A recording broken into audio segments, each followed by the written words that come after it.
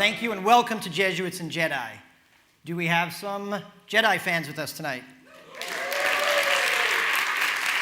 Do we have some Jesuit fans with us tonight? Do we have fans of a slightly insecure moderator? The Force works well on weak minds. There you go. Okay, so our first speaker is a associate professor of theology and social ethics at Fordham University. He is a published author of 4 books and numerous articles, including What Star Wars Can Learn from the Catholic Church. Please, and he is also a proud card-carrying geek and Star Wars expert. So please welcome to the stage Professor Charles Camosy.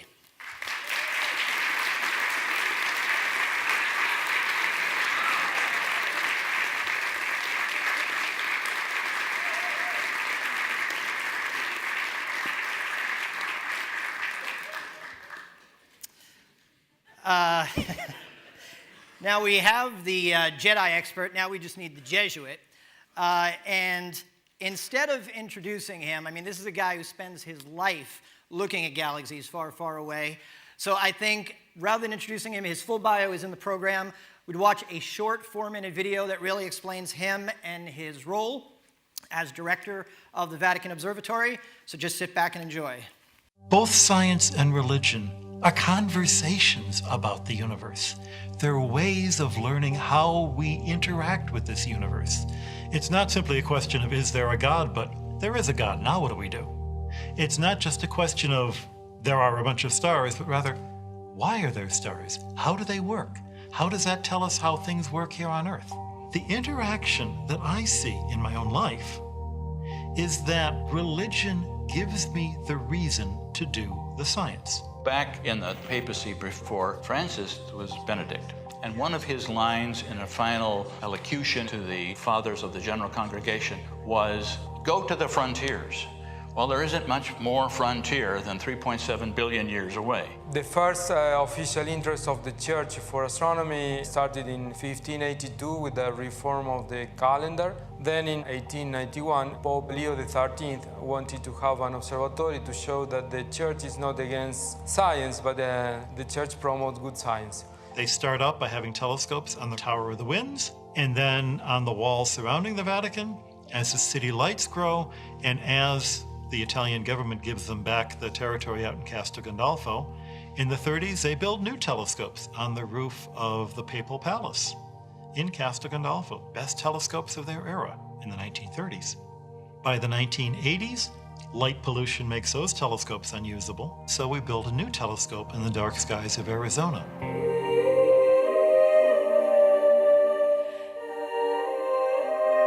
Human beings look at the stars and wonder. They want to know, what is that?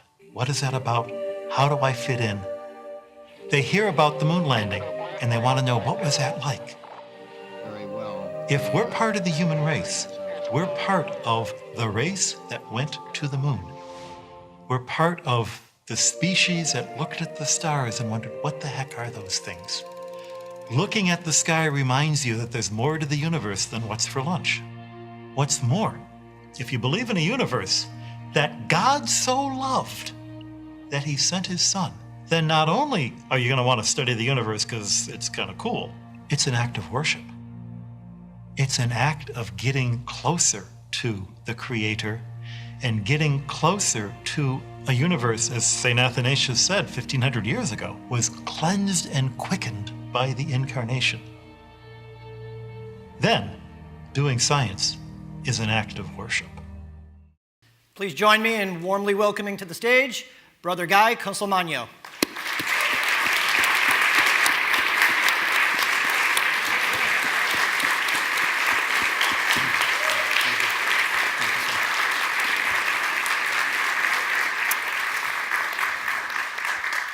These are not the speakers we're looking for, right? You're going to get a lot of Star Wars jokes, so if you don't understand them, sorry, I know there's some geeks out here somewhere.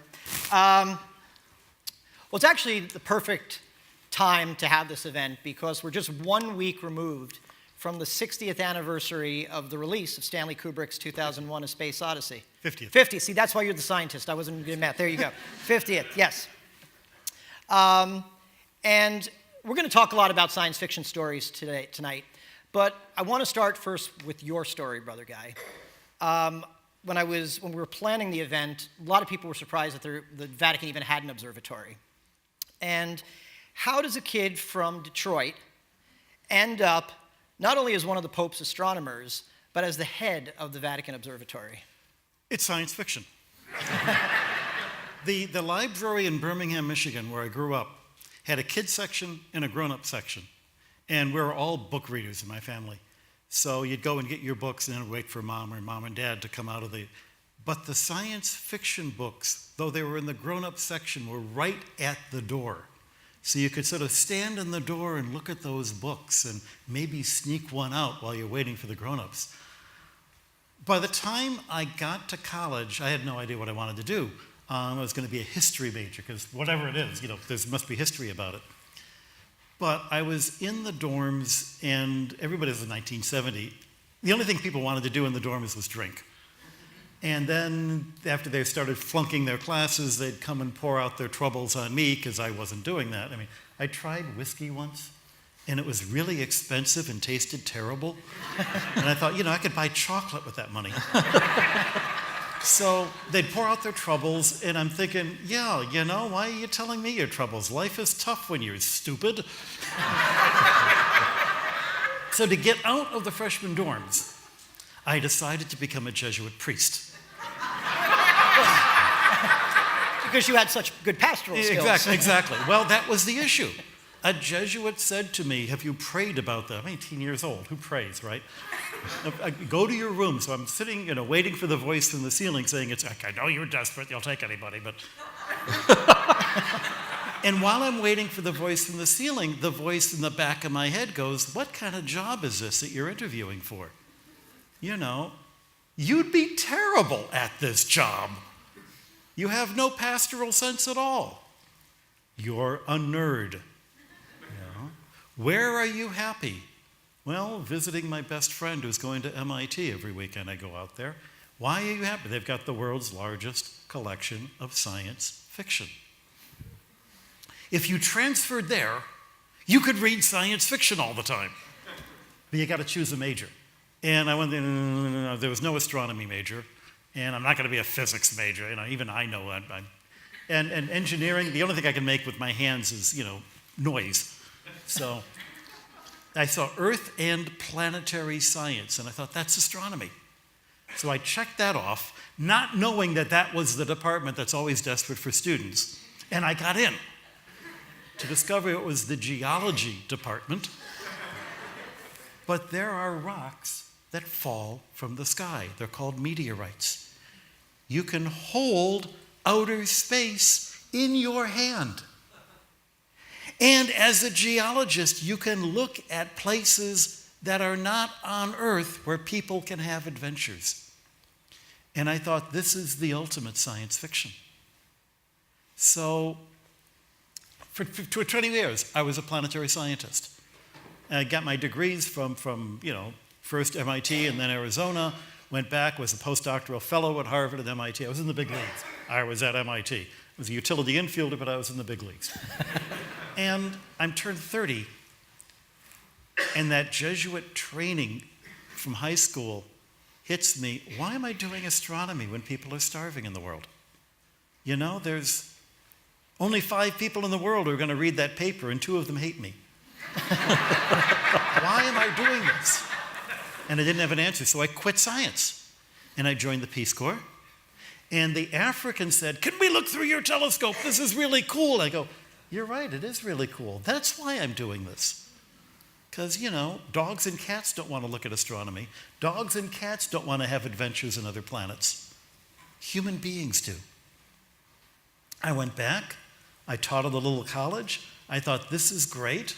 I'm pushing 40 at this point. I'm never going to get married, so what the heck? Plan B, have somebody to take care of me in my old age. I'll join the Jesuits. And I'll teach at a small college, which is what I always wanted to do.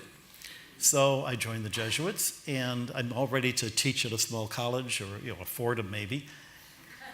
And I'll even put up with Fordham.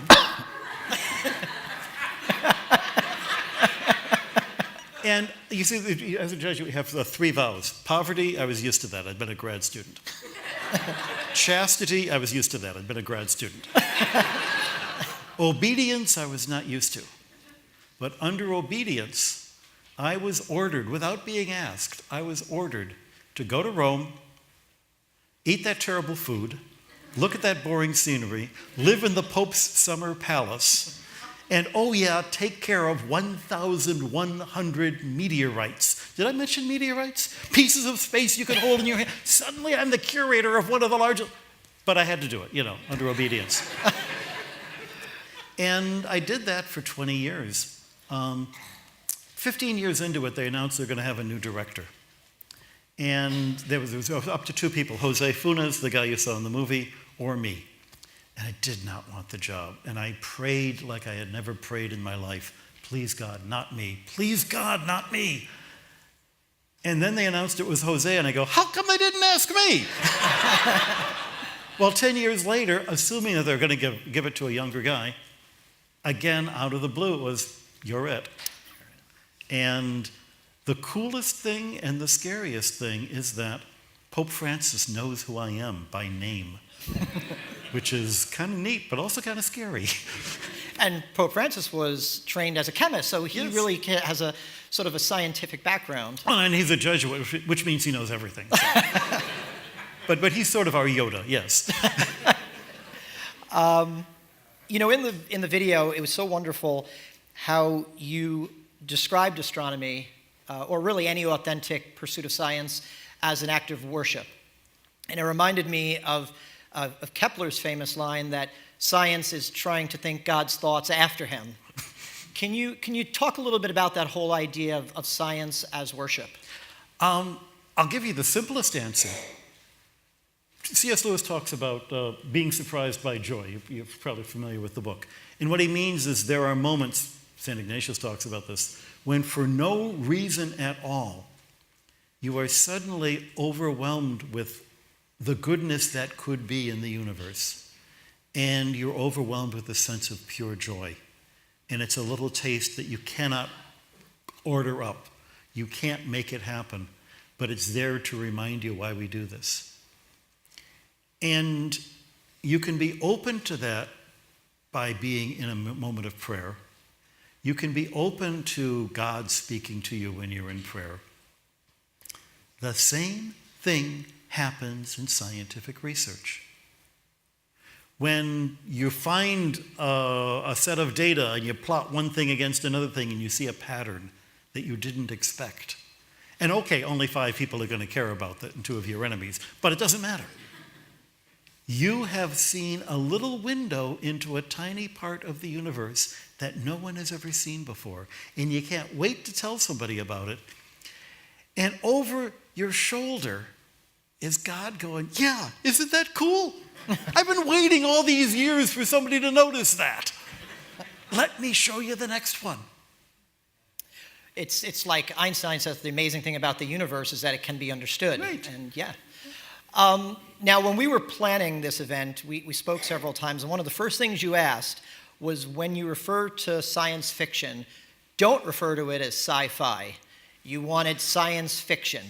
Why so insistent about that? It shows my age. In the 60s and in the 70s, science fiction fans were fighting against the stereotype of the bad movies from the 50s and 60s, and even the early 70s, which were usually advertised as sci-fi, only we would refer to them as skiffy. And we wanted to make it clear that true science fiction was a literature with its own rules, its own applications, its own good and bad. We're very proud of Sturgeon's law. I don't know if you're familiar. Theodore Sturgeon once said about science fiction, 90% of all science fiction is crud. But that's okay, because 90% of anything is crud. And we wanted to, try to elevate the 10% that was good. I will tell a story, to end probably, and maybe get on, because I want to hear about this guy. Sure. But I was coming back from a science meeting, and I was flying in from London back to my friend living in Detroit, the guy who had been my roommate at MIT, the guy who got me there, somebody who had shared all of my prejudices about science fiction. I'm 6 hours jet lagged. He picks me up at the airport and he says, "We're going to go out to a movie tonight." I go, "You've got to be kidding." And it's a science fiction movie? You got to be. And the only show we can get in at is at 11 in the night. That's 4 in the morning, 5 in the morning. He drags me to this movie, and I am not happy. And the first thing that comes up are these words going into the horizon. And I am about ready to kill him because this is clearly the worst kind of crud. And then the spaceship goes overhead and overhead and overhead and overhead and overhead. Overhead. And the rest is history. And the rest is history. Well, that's a good segue, because now let's move away from science into science fiction. And I kind of want to pose this to both of you, because you work in astronomy, you work in theology and philosophy and ethics. Einstein said that imagination is more important than knowledge. A famed cosmologist, Carl Sagan, said that he was inspired as a young man by the Martian adventures of John Carter on Mars, Edgar Rice Burroughs' classic series. And no less than American theoretical physicist Michio Kaku said that if Star Wars had never been filmed, perhaps a generation of scientists would have never been inspired to go into science. So whether it's scientists or philosophers, do you feel that science fiction inspires them? And maybe I'll pose that question to you first, Charles. And then when we finish, as a scientist, is it hard to watch science fiction movies? So my subspecialty is in bioethics, biomedical ethics, and at the end of every semester we watch Gattaca together. Gattaca? And, the story of Gattaca just puts in stark relief the kinds of choices we have in front of us, the bioethical choices we have in front of us, in ways that could never have happened if I were just giving people words on a page only, or my boring lectures only. The story is what jumps off the page at people. The story is what jumps off the screen at people and helps them care about this in a way that's totally profound. And not just at the level of bioethics, but in some ways all of ethics requires a story to make it coherent. The first principles that we have in ethics, like the dignity of the human person, for instance, require a story. We have one. It's called God making us in God's own image, right?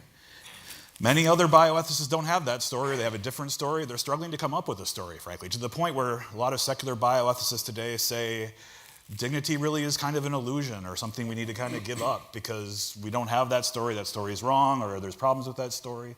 So the stories of science fiction and the stories more generally that we tell are just absolutely essential to ethics and philosophy and theology. you talk a lot about that as well, as you're saying that when a scientist comes up with a theory, he's essentially creating a story. Yeah, I remember in high school we learned the 5 stages of a story. Where there's the layout where, there's the little kid who lives under the stairway. There's the conflict. There's the crisis point, the climax where the main character makes a choice for good or bad. There's the time when you see how it plays out, and then there's a time where you catch your breath and sort of look back on it all. These are the 5 stages, going back to Aristotle. They're the 5 stages of a scientific paper. You describe what field am I in, where am I coming from, what is the problem that I'm trying to solve, what is the cool insight that I got, what is the result of this insight, and why I should get more money to do it again next year. And that same story arc has to be present. Jerome Letvin, years ago, had a great idea, which was probably crazy, but I think was partly true, that a lot of Greek myths were also vehicles for carrying out a description of the natural world. We all know the Medusa myth. What do we know about Medusa? She had snakes for hair, and when she looked at you, you froze. And then he said, have you ever seen an octopus? And the octopus's mouth is surrounded by these snakes, and when a fish gets into the sight of an octopus, if it's smart, it stops swimming and freezes, because otherwise the octopus will think it's food. And this whole story Well, is it a way of telling it, or was the story maker, borrowing this? It doesn't really matter in the long run. Jesus uses stories to get his ethical points across. Or simpler than that, those of you who go to church on Sunday, how many times have you heard an epistle and then a gospel? And the epistle is some Paul's, marvelous theology, and it goes whooshing over your head, and as soon as they stop reading it, you've already forgotten what that was.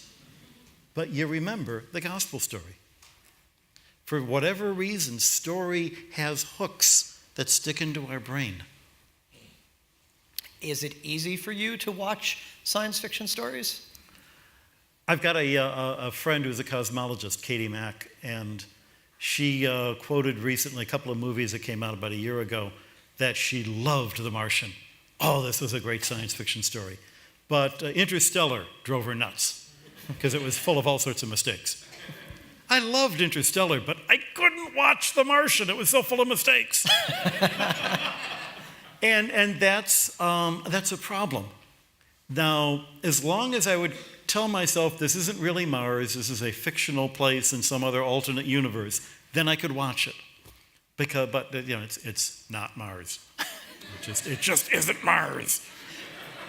Charles, I think it was the sci-fi writer Orson Scott Card, who wrote Ender's Game, once said that sci-fi is one of the few remaining arenas that can really grapple with big questions of philosophy and theology. Do you agree with that? In part. I think it's definitely a really super important arena to deal with those questions. I mean, as I just got done saying, I use it to help my students wrestle with those kinds of questions.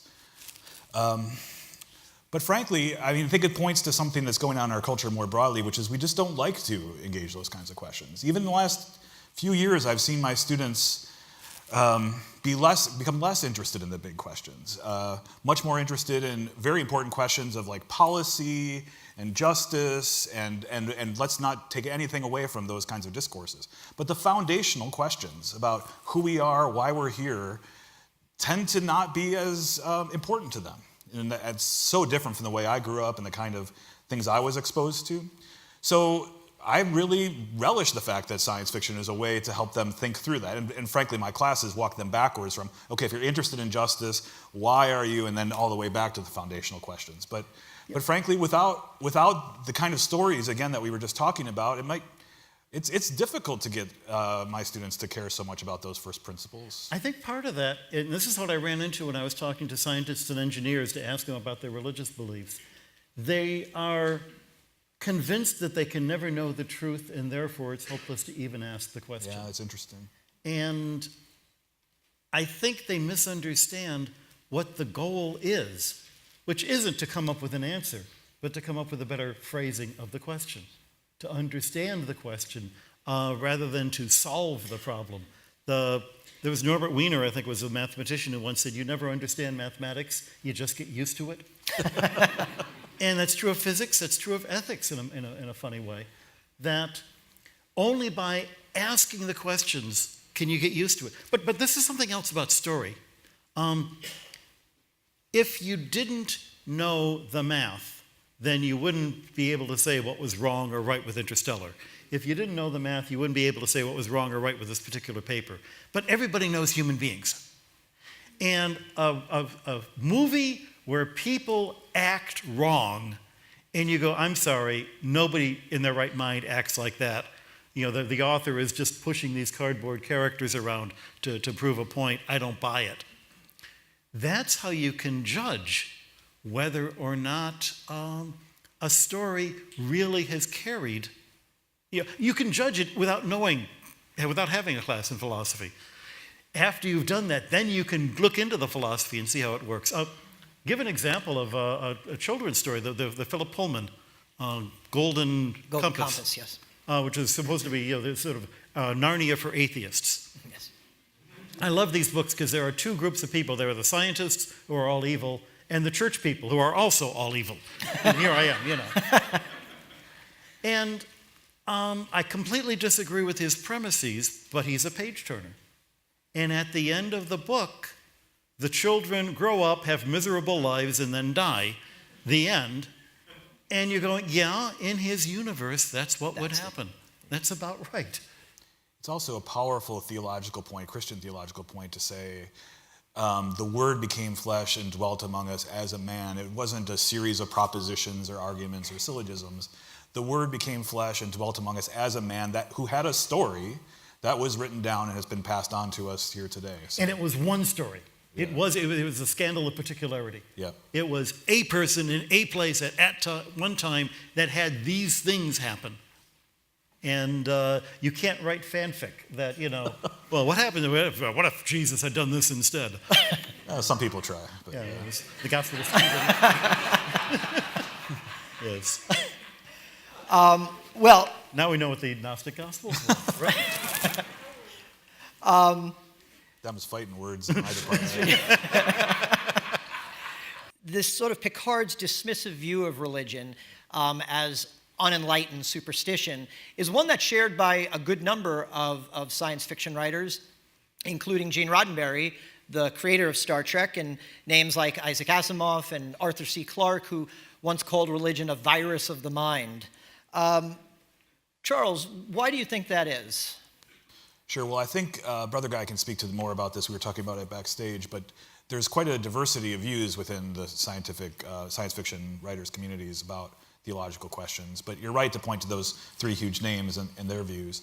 And I think part of it comes from a dichotomous relationship that our culture has between faith and science. This idea that if you have to take science seriously, somehow it's a zero-sum game with faith. You can even hear that in Picard's kind of like an assumption behind what he was saying, kind of assumes something like that, right? Like to the extent that you're religious, you're sort of not rational or something.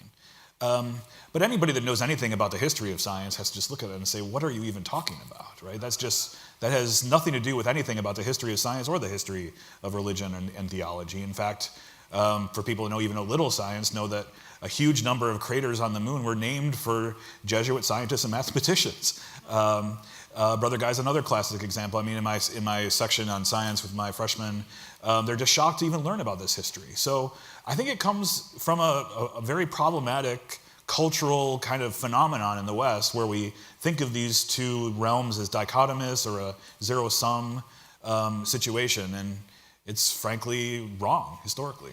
But I think it actually comes too from a generational thing. The people you're mentioning were all writers of the 40s and 50s. They were, in our mind, elderly white males. I've got nothing against elderly white males, being one. But certainly in that era, I think it was much more prevalent even than it is today. Even among those who say they're not going to believe, they're not dismissive in the way that Picard was. But part of the problem is you dig a little bit deeper, and we've heard the phrase, the book of nature, the book of religion. That gets misinterpreted in religion is a big book of facts, and science is a big book of facts, and what happens if the facts in the one don't agree with the facts in the other? And it's a really naive picture of what science is and a really naive picture of what religion is. Because if science was a big book of facts, then how come you have to buy a new book every year? The old book didn't work anymore. I've even had students come to me and say, why am I learning this science? 10 years from now, it's all going to be wrong. Well, a little bit will be, but that's not what we're trying to teach. Because science isn't the facts, it's the conversation. That we start with those facts and then try to figure out where are they wrong and why are they wrong. Religion isn't cooked, cut and dry. If you think you've got it all figured out, then your religion is dead. And it's always going to be open to, oh, that's what they were talking about. Oh, now I understand it more. There's another thing going on, and I'll come across as a terrible snob, but I remember seeing a bumper sticker that said, I don't mind God, it's his fan club I could do without. And that's also true of science. True science is all about the stuff we don't know. But there are the science fans, the science wannabes. An awful lot of science fiction is written by and for the people who, for whatever reason, didn't become the scientists, but wanted, like me, to be the little boy who knew it all. When I was 12 years old, I wanted to be smarter than anyone else in the class. And there was always some girl who was smarter than me. It was terrible. But I wound up taking her to the senior prom, actually. It was good. We're still great friends. That sense of mastery, that sense of control, that sense of, if I know all the answers to everything, then nothing will ever scare me, is what feeds that same kind of fundamentalism that you find in the fundamentalists of religion, who say, if I've got the book and I do everything that's in the book, then God's got to let me into heaven, because by golly, he promised. And which is kind of like not really good religion. Yeah. I read a survey recently that said the number one reason why young adults abandon their faith, regardless of what faith that is because of that inability to reconcile the idea that faith and science are complementary, are, in the beautiful words of Pope John Paul II, these two wings that the spirit rises to elevate, to consider the truth. And the cool thing about that quote is, neither faith nor science is the goal. Truth is the goal. And it's contemplate. I don't want to misquote the Pope yes. there.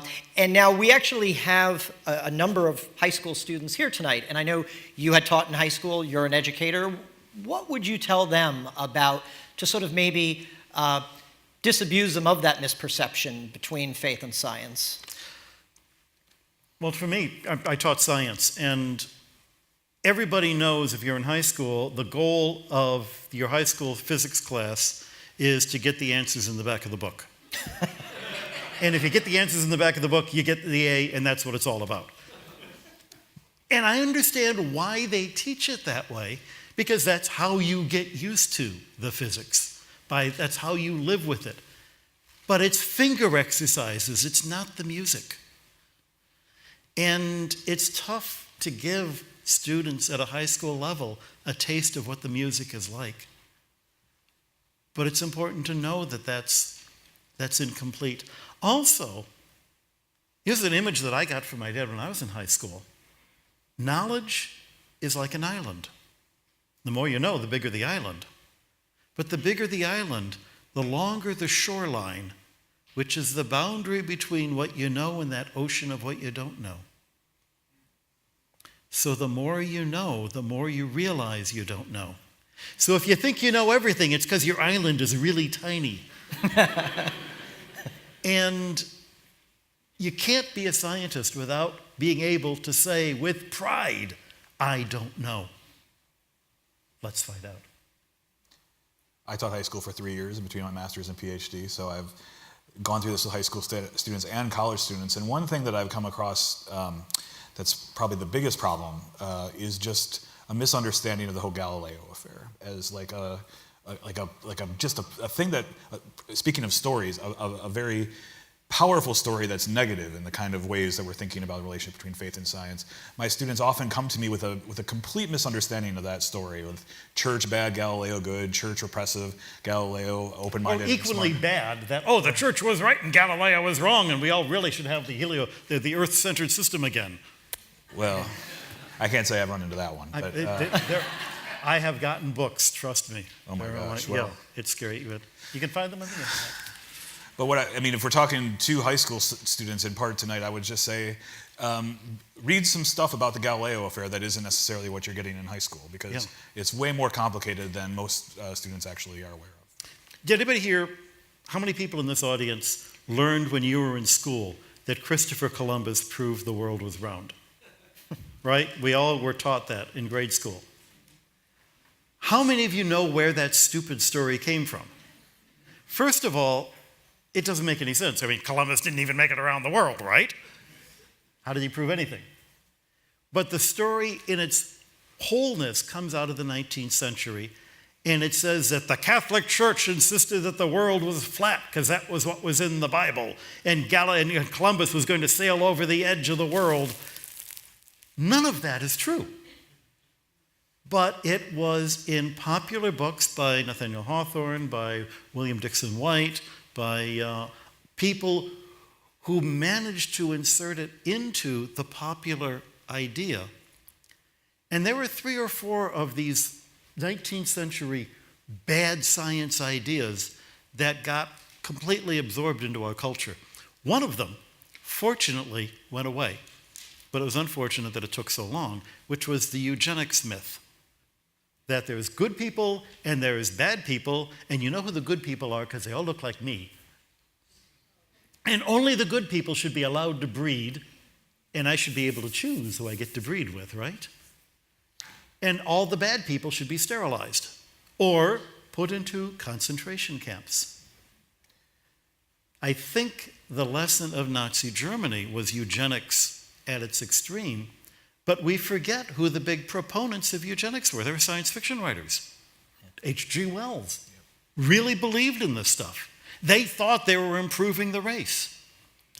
Any of you who are in college who have had to deal with statistics, the whole science of statistics was invented by biologists who were trying to figure out why eugenics didn't work, because it ought to work.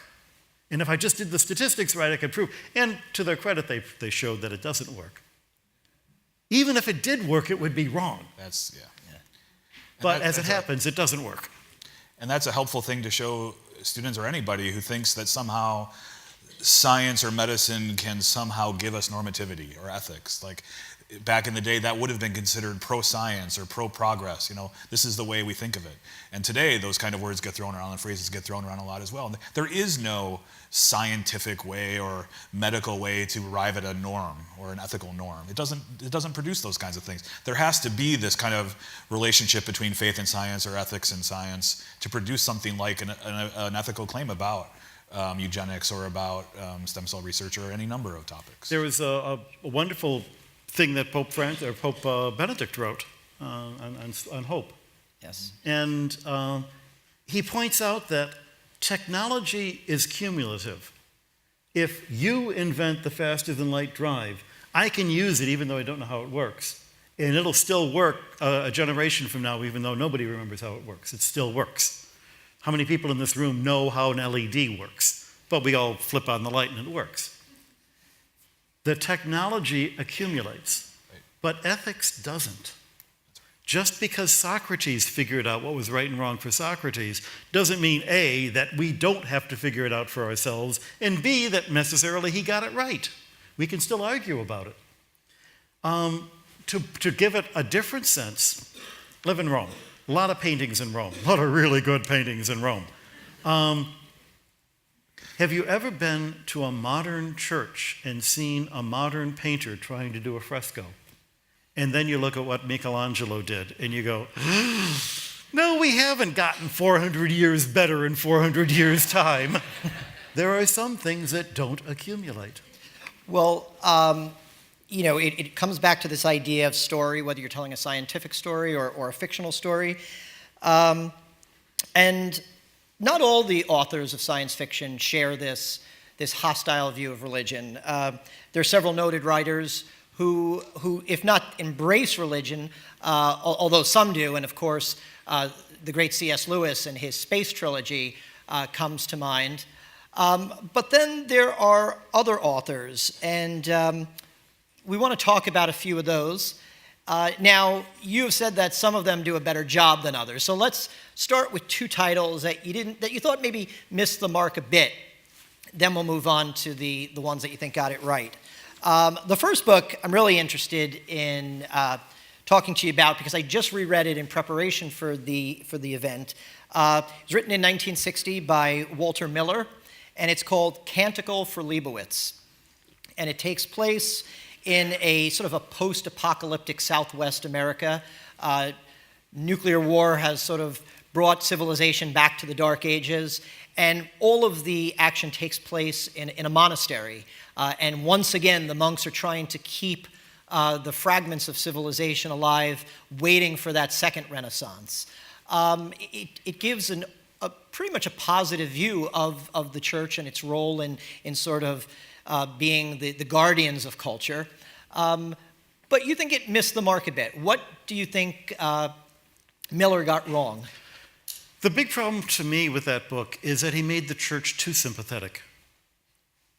That a lot of what gives the church its ability and power are things that make us Americans uncomfortable.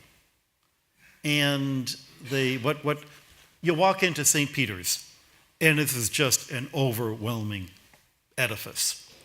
And part of you is going, where did all the money come from for all that marble? And who paid for that? And you hear the stories of how poor Michelangelo or whoever was, And yet, we are people of sin. We are people of original sin. We have this mixture of glorious and awful that is what we have to live with and deal with, and is the tension that runs through all of our lives. And sometimes the things that you think are going to be glorious really, in a subtle way, don't do you any good, and vice versa. I would have been more comfortable with that book if he had been able to show a church that was in some ways unsympathetic and yet worth it anyway. He stacked the deck. Well, that whole idea of original sin is also a theme of another book, which was actually written 2 years earlier. Now, Miller was a convert to Catholicism. I don't know if James Blish was Catholic, but the book is called A Case of Conscience. And it deals with a priest, a Jesuit, who's also a scientist, a biologist, who travels as part of an exploratory expedition to a distant planet called Lithia, and they encounter a race that he suspects the worst of them, but they seem to have never suffered from the fall of original sin. And you also thought that they got the depiction of Catholicism wrong in that book. It's fascinating. A friend of mine, Joe Walton, wrote an essay about this and actually asked me to comment on it. So I'm going to steal a lot of her ideas. He gets the theology wrong. His understanding of the Catholic Church's view of evolution is wrong. He gets the idea of what the Jesuits are about wrong. If he wanted to tell that story, he shouldn't have been a Jesuit. Jesuits wouldn't think that way. Maybe some other order might. Maybe some other spirituality might fall into that. It's still a great story. It's still a book worth reading. And I just reread it this weekend just to get ready for this, and I was overwhelmed by the second half of the story that everybody seems to forget, where one of the Lithians comes back to Earth and essentially gets on the internet and tears society apart in a way that we're actually seeing now by inciting people to recognize all the things that are wrong in society and maybe we should rebel against this, without having a story, without having a plan, without having an idea of where we're supposed to go instead. The frustrating thing, it was, reading that book was like watching The Martian. It's the story of The Martian is a really cool planet, but it's not Mars. The story of this priest is a really interesting story, but he's not a Jesuit. And so it was a lot of the details that irritated me in that. It's funny because, this book also has a lot in common with another later book called The Dove, which also dealt... The Sparrow, I'm sorry. Sparrow. There you go. Which also deals with the Jesuit going to another planet. Right. It seems to always be... It's always the Jesuits. And Arthur C. Clarke did this with, the star. It was a poor Jesuit. And most Jesuits who I know who were in situations like in any of those stories, number one, would have a much better sense of humor. They would be laughing their heads off. They would not take it seriously. Most scientists I know could live with the ambiguity because you do that in science all the time. Yeah. But the other interesting point that both The Sparrow and Case of Conscience missed, if you have a race for its entire history that has never sinned, you don't know, are they free to sin? And if they can't sin, how do you know that they're truly free? And if they can't sin, then their goodness has no meaning. Yeah. Which I think is a much deeper and richer thing to have to deal with. Oh, absolutely. It's funny, but the woman, Andrea Dory Russell, who wrote The Sparrow, I read the book and I just, I kept throwing it against the wall. That's not the way things went.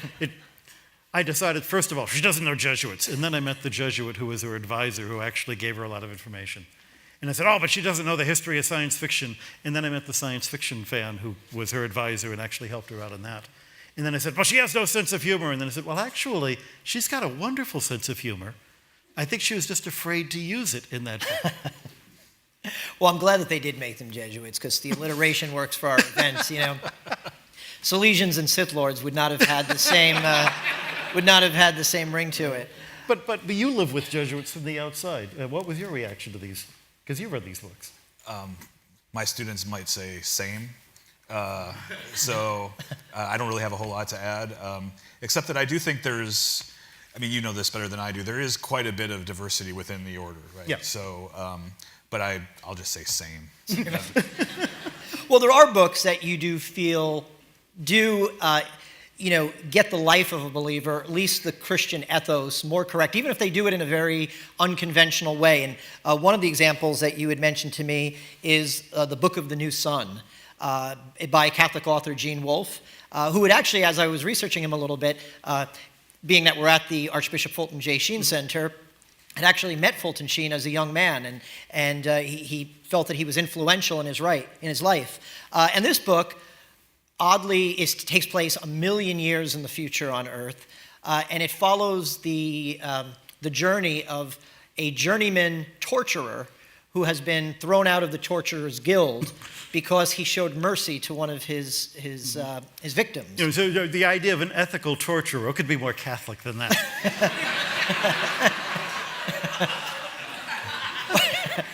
What do you think that Wolfe got so right about the story? Well, he got the conflict. He got that tension of good it's not good enough for good to be good. That there has to be a meeting of a real world. That's why story is so important. You have to set it in a context. It's not he was a good man, but this was a person who was faced with these issues and had to make these choices. And every story is unique and different. That's why Socrates can't make the decision for you. It was really about a bad man or a morally not upright man trying to struggle with virtue and trying to struggle to live that virtuous life. He writes another one called the series, The Book of the Long Sun, which the main character is essentially a pagan priest, and yet one who struggles with the same issues. Because ultimately, this is what it means to be human. Yeah. To live in a world that's not perfect, that doesn't give you easy answers, where not only are you going to make mistakes, you're expected to make mistakes, and that's how you learn. One of the authors that you mentioned, or the woman who asked you to write the piece, Joe Walton, wrote a book called Among Others. And I know you felt that this book really sort of hit the right tone. And it's bizarre because Joe Walton would never in a million years claim to be a theist of any sort. She's British, and the British just don't do that sort of thing, But I don't know how many people have read this. It won the Hugo, and it really deserved it. It's a very subtle book because the main character was going to a boarding school in Wales in the 1970s and is so rooted in the ordinary world that you know what books she's reading. And yet, she also has conversations with elves that only she, it seems, can be in touch with. And you could read the entire book as if she's hallucinating these things, except for a bit at the end when it makes it clear that no, she's not.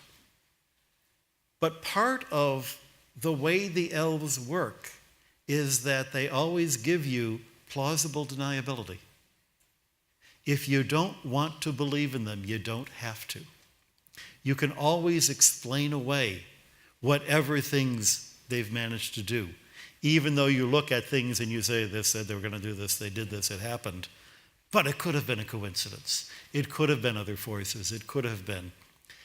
And she's struggling, the main character is struggling with being an adolescent and all the other things going on in your adolescent life and all the crazy choices, good and bad, that she makes. That she's also struggling with, do I maintain this belief in the Welsh elves that I grew up with? Well, many of these writers were inspired by the pulp science fiction as was, speaking of an adolescent, a young man and a young filmmaker growing up in Modesto, California, George Lucas. And I have to say, I always remember C.S. Lewis talking about reading the fantasy works of George MacDonald, and he used the term that those works baptized his imagination. And I don't know if I'd use the word baptized, but I would certainly say that I still remember as a kid in 1977 going into a movie theater and being transported to this galaxy far, far away. My dad took me. My dad's here tonight. And it changed me. It really did change my life. And even getting ready for this event, playing the music for the tech check, a lot of the crew members and the tech people here were talking about how Star Wars changed or impacted their life. So, Charles, when Star Wars Episode 4, I guess we have to canonically list it now, A New Hope first came out, George Lucas said in numerous interviews that he feared that American youth were losing their optimism and their imagination. It came out in 1977, shortly, a few years after the whole Watergate era, where cynicism was really the tone of the day. And Star Wars was really a fairy tale that was a response and maybe an antidote to that cynicism. The newer films seem to somewhat embrace that cynicism. Do you agree with that? Yes. And I say this with a deep love for Star Wars. In fact, in grad school, I'm maybe embarrassed to admit this, but it's better that I get my love for Star Wars out front before I say what I'm about to say. I took a job at a movie theater just to get an employee showing Episode 1 because I couldn't stand that other people would see it before me. So, yeah. Could you imagine a character that's more the opposite of cynical than Luke Skywalker in Episode 4, right? I mean, you had that great clip of him sighing and looking out at the twin suns of Tatooine in the opening to this event, and even going all the way to the Return of the Jedi. Ben tells him he's got to kill Darth Vader, otherwise the Emperor has already won. And even then, the character of Luke Skywalker says, there's still good in him. I can't kill him. I can't do this. This is the archetypal hero that Joseph Campbell, or George Lucas gave us via Joseph Campbell, that inspired so many of us, I think, to fall in love with Star Wars in so many, on so many levels, in so many ways. For those of you who've seen The Last Jedi, Luke Skywalker has changed. He is no longer anything like the character that we learned in the original trilogy, and I have to believe I can't get inside the mind of Rian Johnson or Kathleen Kennedy, others who've pushed the saga films in this direction. But I feel like something that's implied in your question is at work there, that this is really too simplistic of a character. No one is this pure or this good. We have to give him some kind of real world authenticity, which means being more cynical about things. And nobody's more cynical than Luke Skywalker on the island, right? He's completely rejected everything that was taught to him. He's very dismissive of other people who are bright-eyed and bushy-tailed and want to be trained. At the end, there's some ambiguous kind of sense of maybe things have changed, but he's still not going to really get involved in the fight. He's going to do it from afar. And I find that, frankly, disappointing, because if the Star Wars I knew, the Star Wars I grew up with, was precisely the anti-cynical story that sort of, again, in a cynical world we're able to look at and escape into and strive for, frankly, in certain ways. Well, even Luke Skywalker seems to agree with us. Mark Hamill said that he had some problems with the direction that the character was going. Can you talk a little bit about that quest for power in Star Wars? And then, if you could also speak about something that's been quite a bit of conversation around this graying of the Force, this idea that, as Ben alluded to in the first clip, that good and evil, even truth itself, is relative. It's a point of view. Yeah, it's interesting that this mirrors some of the debate in especially liberal arts departments and academic institutions in the developed West right now. There's a huge push to really make everything about power. That really the kinds of norms that moral theologians and moral philosophers have talked about are kind of made up things to give groups power to keep their privilege or something like this. It's actually all about money, I thought. Well, which is a tool for power for, Yeah. for many people. But of course, this is not what we were taught in Empire Strikes Back, where there's, it's not that the Jedi are after power and the Sith are after power. They're more alike than they're not, or they're two sides of the same coin. There's the light and the dark and the gray. No, we were taught very clearly by Yoda, right, that the Jedi use their power for knowledge and defense, never for attack. And the dark side is the quick and easy path, quick to join you in a fight, but once you start down the dark path, forever will it dominate your destiny, right? But that's another thing that's changed, or it is changing, it seems. For those of you that know the show Star Wars Rebels, we were introduced to the Bendu, who are the middle ground. Like, they're not light, they're not dark, they're the ones in the middle. Kind of like a balance. We don't quite know, I don't think we quite know what balance of the Force actually means yet, but this is one interpretation of it, that there's this middle ground or something like that. And one of the things, as I was thinking about, when I was thinking about this question for contemporary culture, is it just seems so tone deaf as opposed to the kinds of things that Lucas was trying to respond to. Our culture needs less gray, right? We're in a Me Too moment where we say absolutely no sexual violence, period, right? There's no gray area. There's no sort of like this. There's just no sexual violence, period. Whatever your opinions are about politics, there are a lot of people who would say we need less gray in our politics. We need to call out injustice where we see it. We need to call out problems where we see it. When it comes to taking care of the earth and climate change, the kinds of things that are often put forward are kind of gray or milquetoast, or not exactly what we need if we're going to, for instance, save the planet. So it's important. I'm an ethicist. I'm a fan of the gray. Like, we need to acknowledge where there is gray areas. But to reduce everything to, well, it's just all about power, or there's the light and the dark. If you like the light one day, you could choose the light. If you like the dark, the next day you can choose the dark. That's, first of all, not what we were taught in the original trilogy, right? And now, if we're pushing in this direction of the grain of the Force, I worry that we're missing a cultural moment to say, yes, there's gray areas, but there's moral boundaries we have to pay very close attention to as well. One of the things about science fiction in general, people think it's about the future. It's never. It's always about the moment when it was written. Yeah. The Cordwainer Smith books, written in the 50s, in the far future, but they're dealing with issues of civil rights, because that was what was going on in the 50s. The Star Wars stories, far, far away, no. They were talking about the American politics of 1977. And you will find not only the graying in that you're finding, definitely areas of gray, but also the graying of science fiction fandom, who are getting grayer all the time, and looking for different things in science fiction now than we looked for when we were 12 years old. A lot of the classic science fiction that came out of the 50s was in that Cold War era, and they were writing even Canticle for Leibowitz, and at the end of Case of Conscience, it talks about nuclear nightmares. And another long-standing theme has also been our uneasy relationship with technology, going all the way back to the 20s with, Universal Robot, which is the Czech, which actually came up with the term robot, which I believe is a Slavic word for worker. It's marvelous, because a friend of mine attended a Seder in Czechoslovakia and heard the phrase, when we were all robots in Egypt, because it was the word for slave.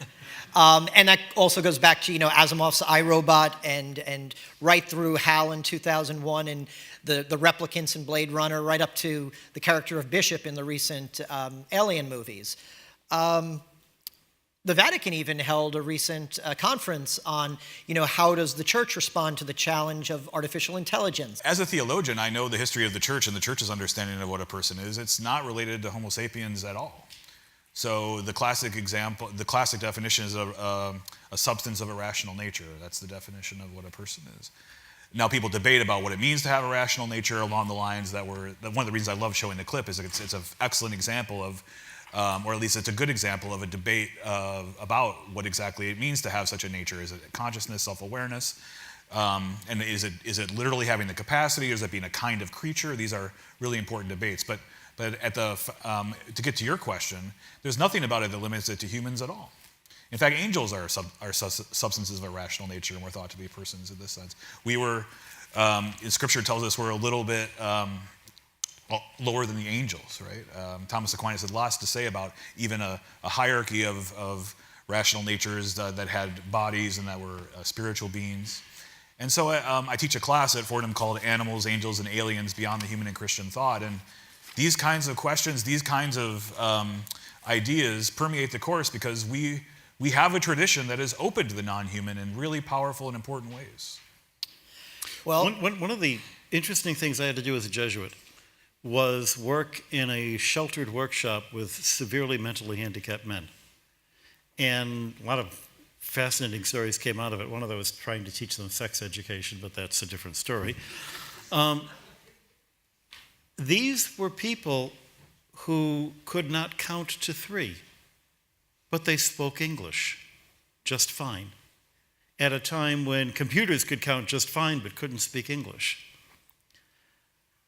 I also had the experience over many years of dealing with people in artificial intelligence. I had a college roommate who worked in the AI labs, and Marvin Minsky was somebody I knew, and his daughter is a friend of mine.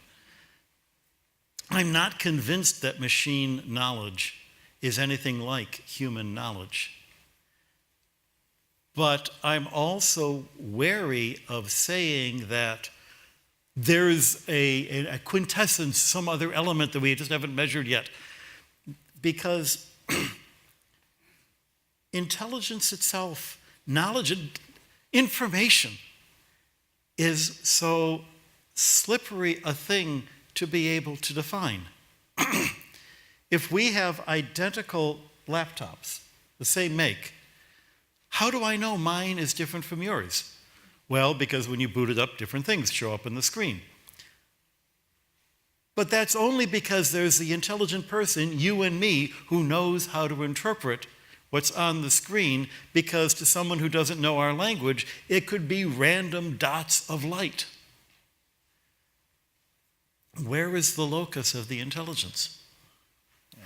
And the great thing about science fiction is it makes you ask the questions. Right. Yep. That's right. Well, speaking of questions and speaking of non-human creatures, it's the question I've been wanting to ask you all night. It's the title of your new book, a most recent book. Brother Guy, would you baptize an extraterrestrial? So I got to tell the story behind the question. I was doing a science thing for the British Science Festival in Birmingham, England, 2010. And they said, would you be interviewed to publicize the festival? Sure, why not? It turns out what none of us realized was that the day I'm in Birmingham, England for this festival is the day that Pope Benedict is in Birmingham, England for, visiting England. And so all the reporters wanted to know about Pope Benedict. And they had nothing to say about the festival or what I was talking about. They were, where do you disagree the most with the Pope? Where has the Pope most interfered with your science? It's like, number one, none of those things are true. And number two, even if there were, do you think I'd be so stupid as to put it in the newspaper? Really, come on. And so they were not getting anything out of me. And so one guy finally, out of the blue, says, would you baptize an extraterrestrial? And I popped off with the first thing that was in my mind, only if they ask. And I meant it to be funny. And the next day in the Daily Mail, Pope's astronomer says he would love to baptize extraterrestrials.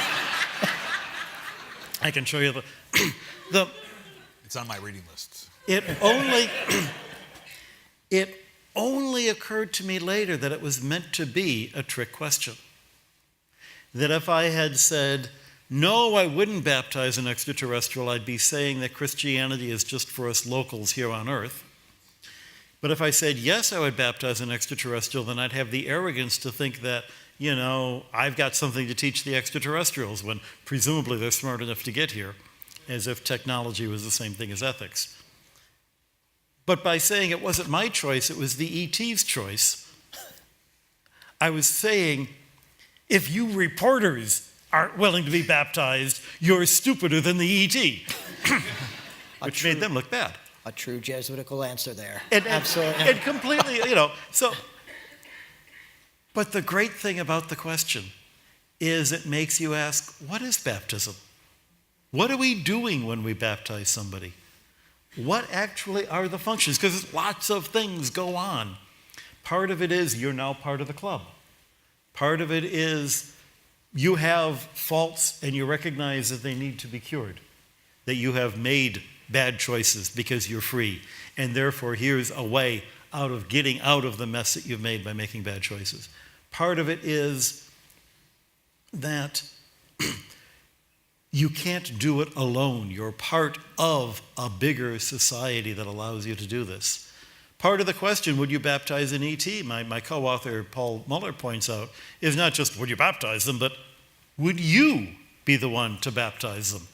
And who are you to decide that you're going to be the one to baptize them? Which is a whole different read of the question, which would make a fun science fiction story someday. You know, Immanuel Kant said once that two things filled him with awe: the starry sky above and the moral law within. And I think science fiction, while it can take us on these flights of fantasies, it can also turn inward and to examine these really difficult moral questions. Picard seems to echo, a lot of, people's points of view, well-intentioned people's points of view. But as a theologian and an ethicist, how do you respond to Captain Picard? One of my favorite bioethicists is a Protestant named Gilbert Mylander, who wrote an article titled I Hope One Day to Be a Burden on My Friends and Family. And it was a provocative title meant to highlight something that resists the kind of reasoning that Picard, who normally I like, but the clips we've seen him tonight, a little off, to say the condition of being a burden and being in relationship with others is just who we are as dependent, rational animals. Our condition is one of dependence on others. We can't pretend that it's not. Our culture helps us along the way to try to pretend this, but we're all dependent on each other. We're all burdens on each other. Let's not pretend anything else, especially in our deeply social relationships. We're all find ourselves in this way. So that's the first thing I'd say in response. The second is, especially when we put this in a policy context, we end up sending messages to people who are disabled or have other kinds of problems that we probably don't want to send, which is, if you are differently abled, if you're don't have the use of this particular faculty, we kind of get it that your life is not worth living and you should be able to choose to end it if you so desire. And that's why disability groups all over the country are the ones leading the charge against things like physician-assisted suicide, precisely because they get the message that this tries to send. But it's an uphill battle. A lot of people end where Picard ends there, which is, well, I have my point of view on this, and we got to respect people who have different points of view. The problem with that, though, is when we respect those points of view, often it ends up having unintended consequences for the most vulnerable. Well, it's like Flannery O'Connor said, and I don't think Flannery O'Connor wrote any science fiction, but she said, compassion often leads to the gas chambers. But on a practical note, I hear that the universe is ending. It's going to be in a few billion years. But is this something that we should be worried about? We don't know. I can tell you how the universe began because I've got the data. And I can tell you the history of the Earth up to this moment because I've got the data. I don't have any data from the future. And that means that all I can do is to extrapolate, and I'm enough of a scientist to know that all extrapolations go haywire sooner or later. What it does mean is that questions about the end of the universe, whether it's the end in time or the end as in the purpose, because end has marvelously two different meanings, are great fodder for science fiction. But it's the question that's interesting, not any particular answer. None of the answers are satisfying, which is fascinating. It's not even just that they're not satisfying, like I don't like how that turns out, but that you read it and you go, yeah, but no, that wasn't it.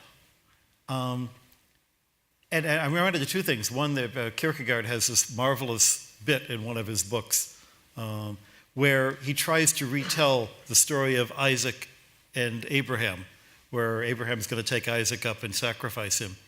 And every time you try to write the story different from the way it appears in Scripture, it doesn't work. That one or the other comes off just, people aren't like that, or you miss the point somehow.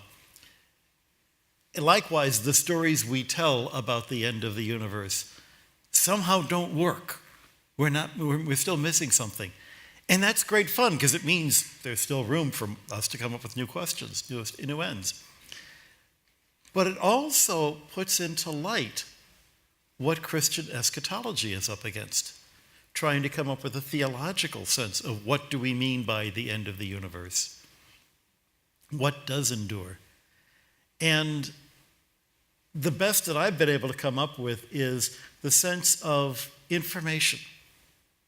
If you wrote a beautiful poem, and eventually every copy of that poem was destroyed, does the poem still exist? The information of the poem is independent of the medium. And I'm reminded of the phrase in Scripture that heaven and earth will pass away, but my words will never pass away. That information is only expressed in our physical universe in terms of the arrangements of atoms, whether it's on a computer disk or on ink on a piece of paper. But the ideas exist independent of their expression in the physical universe. Just hearing you talk, it really does remind me of I think it was Plato who said that all wisdom starts with a sense of wonder, and it really is that sense of wonder. One of my favorite stories is obviously the Narnia Chronicles, and in one of the books, The Voyage of the Dawn Treader, there's a beautiful scene at the end when they meet Ramandu, who had been a star, but he's taken on a physical form. And when he talks to the little boy, the little British boy, he says, you can't be a star because stars are just balls of gas. And Ramandu says, even in your world, that's not what a star is. That's just what a star is made of. And I really think it comes down to that sense of wonder. You're not reducing things to mere facts.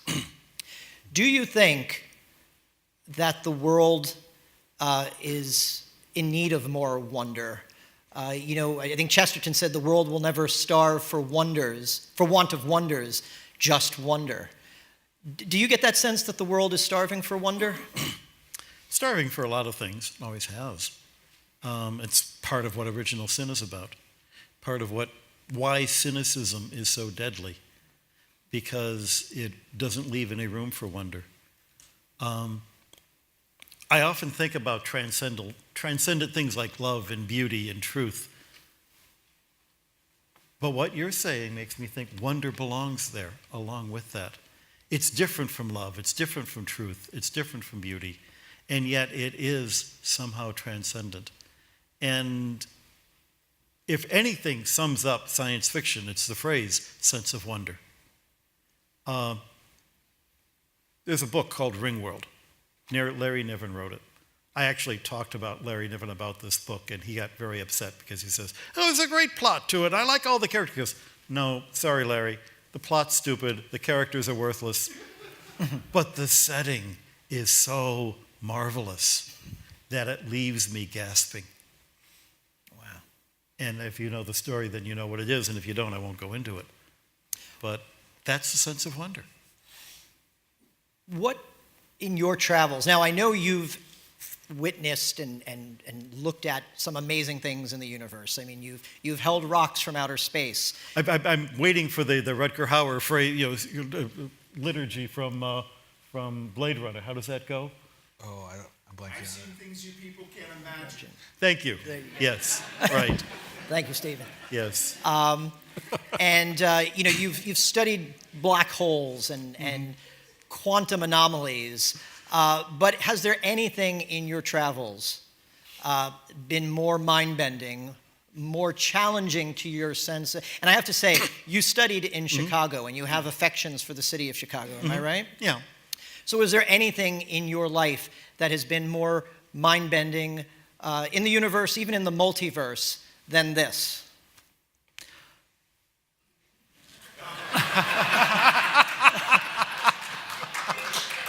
Talk about Right. improbable. Yes. Would the data have predicted that? Well, I'm a born-again Democrat. I grew up a Republican, and I noticed when the two baseball teams that never won, the Republicans also won the election that year. So I'm not sure that it's worth. Is it worth the pain? Well, more to the point, though. That scene with the last scene with Picard, I'm reminded of two people who were burdens because they were elderly and very weak, who have impressed me more than any wonder I ever saw through a telescope. The first was Pope John Paul II. When I first met him, he was a young, vigorous man, and I thought, yeah, so he puts his cassock on one leg at a time like the rest of us. What's the big deal? It was only as an old man. The older he got and the frailer he got, the more powerful he became. And you were in awe to be in the same room with him. And I cannot explain why that was so, but it was so. And the second, likewise, this past weekend, for just about 10 minutes, I was sitting in a chair next to my father, who was 100 years old that day, and not able to speak very well anymore, and sort of, dribbling his milk and having a little bit of cake, and a burden on society. And I was so in awe of being next to him. And a lifetime of love that had always been there, but was especially rich for being there at that moment, at that time. One of the weird things that comes out of science fiction to me is the things it doesn't get right. How the strongest are often the weakest, and the weakest are the strongest. That there is tremendous strength and weakness. One of the reasons that I believe the gospel stories is because no fantasy writer would ever write something like that out of invention. Nobody has ever written a story. You're never going to believe somebody who has all the powers to heal things and doesn't, do cool things with them, doesn't come down from the cross. I could write such a wham-o finish that, and somehow that's not the way he did it. No one would ever have invented the gospel stories, because that's not the way that fantasy writers invent things. And I think that's a lesson we get out of the way we create things, the way we write things. It's beautiful. Charles, before we open up the floor to some audience questions, do you have anything to add? You've put me in the unfortunate position of having to follow Brother Guy several times tonight. And just like to note that. It was fun doing that to me. The title is Jesuits and Jedi, so we have to keep it. Right. I will say something very quickly, though, which is in the study for consciousness, the kind of thing that they were talking about with data, philosophers of mind and neurobiologists, and sometimes people are both philosophers of mind and neurobiologists, continue to come up empty in explaining what consciousness is. Even to the point where certain people in the field will say, our consciousness is an illusion. They will say things like that. And mean it, that the thing that we're all experiencing together right now is somehow a mistake. Or we're mistaken in believing that we're having a conscious experience right now. But we can't be more certain of anything but that we're having a conscious experience right now. And the fact that the best neuroscientists and the best philosophers of mind can't come up with an explanation for that, I think, is a really important instance of wonder. Yeah. I think it was Gregory of Nyssa said that ideas lead to ideology, but only wonder can save. So I think that kind of maybe summarizes a lot of what we're talking about tonight. I'd like to ask a question of each of the guests, if I may. For Dr. Camosy, a very specific question about the Jedi. We've talked a little about the graying of Star Wars and the graying of the Force. I get the sense that you may be particularly a fan of the original trilogy. I'd like to know what the Jedi as a religious order and the religious themes in Star Wars has to say to us in contrast to the secularity of the Star Trek tradition. And for Brother Guy, I believe what David said earlier about science allowing us to think God's thoughts after him, but I'm also impressed by C.S. Lewis's comment that nature is not a teacher because she teaches us only the lessons that we've already decided to learn.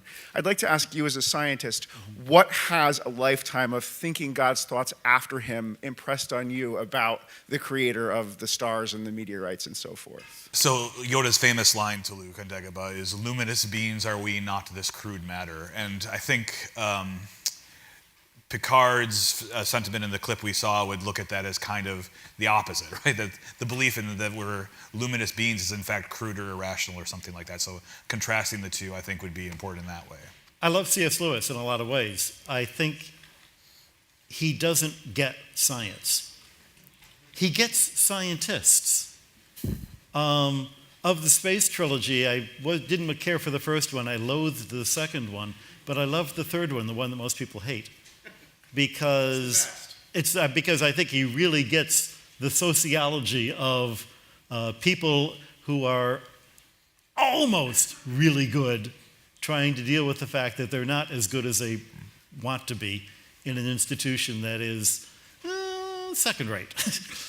Life at the second rate is really hard, having lived there a lot. What studying the universe does for me is it makes me happy. And when I'm happy, I'm closer to God. It's that simple. Why do I get up in the morning and face working in the lab for another 12 hours? I joke at our Jesuit community at the Vatican Observatory, we fight over who gets to empty the dishwasher, because at least if you've emptied the dishwasher, you've accomplished something today. And progress can be painstakingly slow in science. But we put up with it because when you see the picture coming out of the puzzle, there is a sense of joy, a sense of rightness. It's the same joy that you get. It's the same joy you get doing a crossword puzzle. And what do you do with the crossword puzzle when it's done? You throw it away.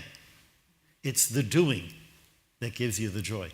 I was wondering if you could talk a little bit about the differences in the influence on science between the Eastern religions and Christianity, specifically regarding classical physics and cosmology and quantum. Yeah, what the West got